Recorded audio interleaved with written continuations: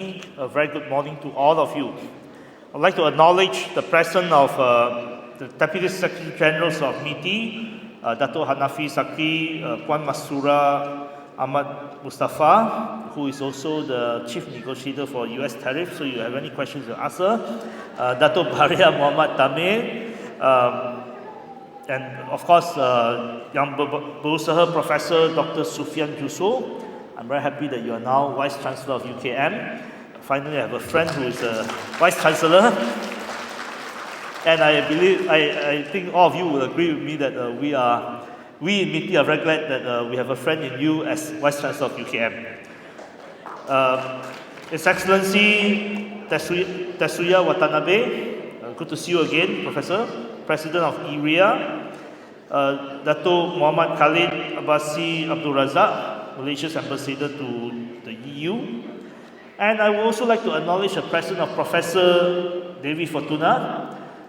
She is now the Port Raffia Chair at UKM, which is a very prestigious chair. And I listened to your lecture in ANU 20 over years ago. I came back in 2005, and I'm very glad to see you again. Excellencies, guests, friends, students from various universities, may I welcome you to MITI to celebrate the 58th ASEAN Day commemoration and the official opening of the 7th ASEAN Economic Integration Forum. I'd like to congratulate MITI and UKM for organizing this gathering, and I hope, if you don't mind, I take you to a tour of history for a short while. As the saying goes, nature hates vacuum. When the old order dies and the new order is yet to be born, there will be vacuum. And with vacuum comes conflicts until a new equilibrium is finally reached. The global shift that we are dealing with could be the greatest change since the end of the Second World War, when most nations in Southeast Asia had not attained independence yet. But there was actually a period of volatility which ASEAN was familiar with. In fact, the founding of ASEAN 55 years ago this day had a lot to do with the two intertwined historic events. First, the British withdrawal from the east of Suez. In 1964, the British defense presence in Malaysia and Singapore was the largest and most expensive component of the country's worldwide growth. As the British economy was in shambles, the members of parliament from the ruling Labour Party then revolted over defense policy in early 1967, forcing the Harold Wilson government to withdraw the military presence on military bases from Singapore and Malaysia that year. In 1968, the British government announced the full withdrawal of military presence from the east of Suez by 1971. Up until that point of time, Singapore and Malaysia depended heavily on the Britain for external defense. To put in context, the first two chiefs of the armed forces of Malaya were foreigners. The first Malaysian to helm the position of the Chief of Armed Forces was the late General Tunku Osman Muhammad Jiva, who took over in 1964. Malaysia got independence in 1957. The first Malaysian Chief of the Armed Forces only came into office in 1964. The first Malaysian Air Force Chief, Air Vice Marshal Tan Sri Sulaiman Sujak, who is 91 years old now, and whom I flew with on the same military flight to Lima in May, to Langkawi for Lima in May, took over from a foreigner in 1968. Likewise, the first Malaysian Navy Chief, Tan Sri K. Tanabalan Singham, who is 89 years old now, and who I just met last week, took over as the Chief of Navy from a foreigner, also in 1968. The second important historic event, was the end of Malaysia-Indonesia confrontasi.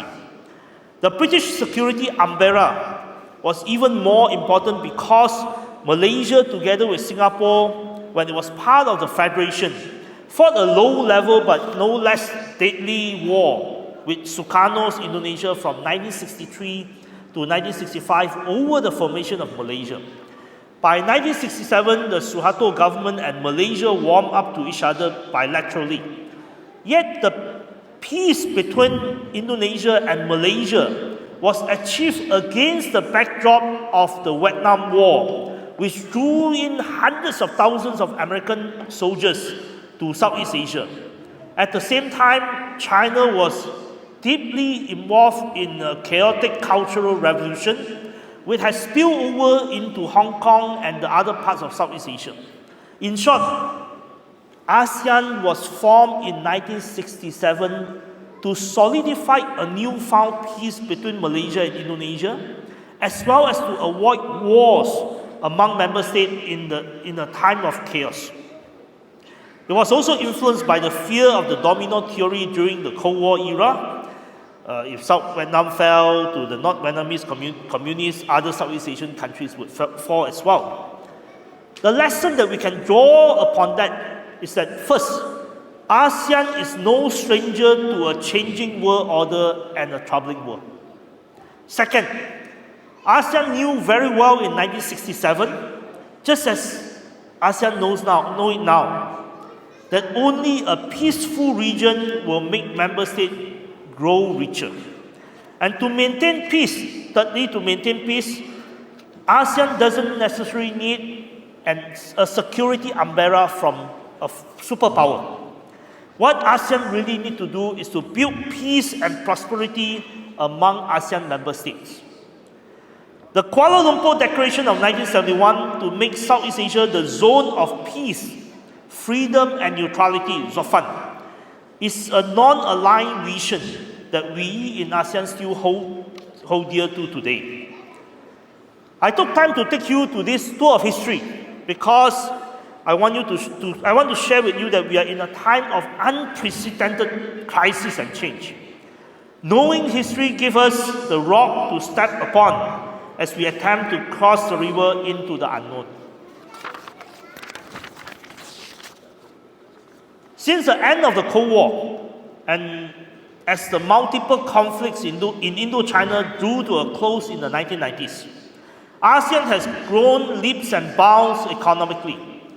But just like the East Asian economies, ASEAN has gotten rich by pursuing an export-led industrialization strategy, which presupposes the United States as the final destination of export.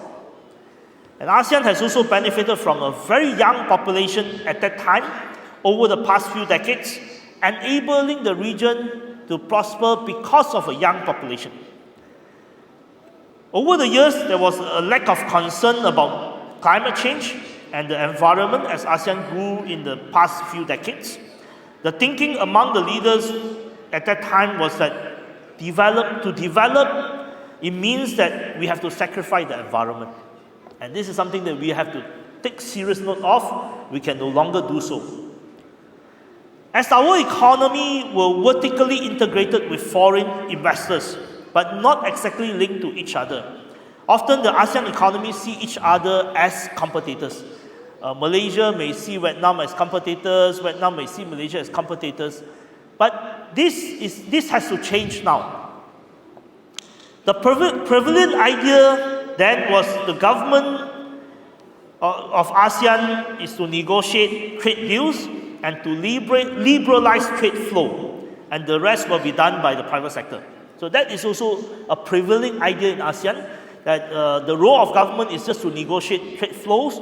The role of government has no business in business, and the role of government is to stay away from business. That is a prevailing neoliberal ideas that many ASEAN leaders are holding, even sometimes to this day. But that has to change as well. This means that the ASEAN Secretariat, and because of all this thinking, the ASEAN Secretariat was not equipped with the capacity and capability to integrate ASEAN economies beyond just the trade deals that we signed. There was no serious ASEAN industrial policy. The financial market were not exactly integrated, And there was no public money or blended financing to advance a common agenda in a big way, such as a climate agenda. But now we are facing a complex polycrisis. This means we need a bold reframing of the situation that we are in right now. First, peace is no longer guaranteed, and misunderstanding could escalate into conflicts very quickly. The recent Cambodia-Thai border war is a cautionary tale. ASEAN leaders, especially Prime Minister Dato Sri Anwar Ibrahim, should be commended for their quick and successful peacemaking effort, but we must go one step further to ensure that we could avoid and prevent wars before even the first shot were fired. And that, I think, ASEAN has to think hard. ASEAN Secretariat, ASEAN leaders have to think hard. How could ASEAN prevent the first shot of fire among member states? Second, the export-led industrialization strategy is ending, or at least it is no longer the same. The United States doesn't want to be the consumer of the first or last resort for foreign countries. And we have to take note of that. We have to take note that the United States doesn't want to be the first or the last resort consumer for our products. And we have to have a paradigm shift to respond to that. We will have to create a middle class among our midst to turn ASEAN into a consumer base and not just a production base. To have a strong middle class in ASEAN means that the world will have more than the current three larger consumer markets, which is the United States, the EU, and China. And to imagine that ASEAN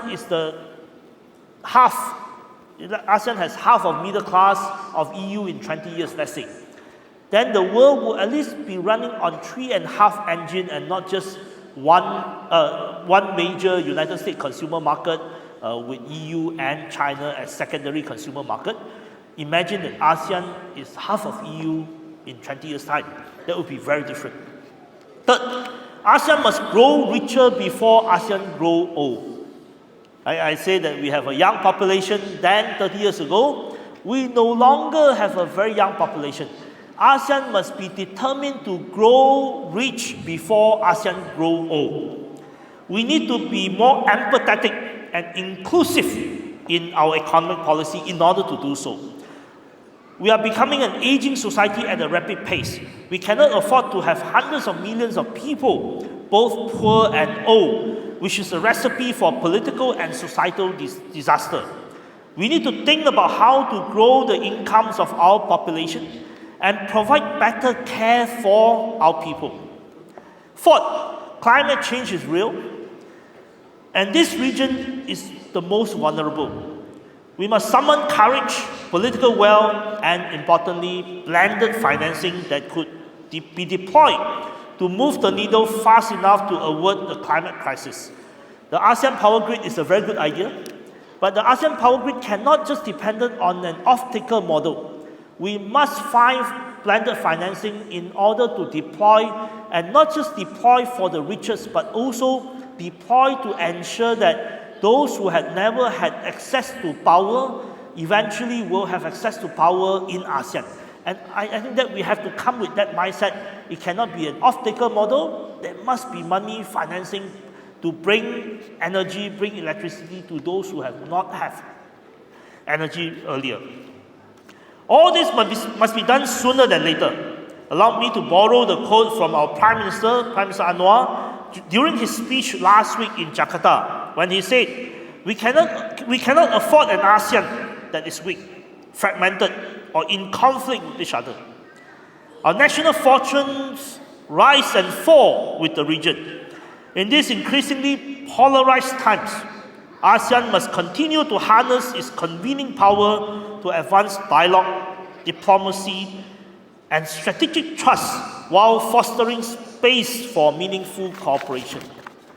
ASEAN Community Vision 2045, which was adopted on 26th of May 2025 at the 46th Summit in Kuala Lumpur, provides a comprehensive framework emphasizing a resilient, innovative, dynamic, and people-centric ASEAN.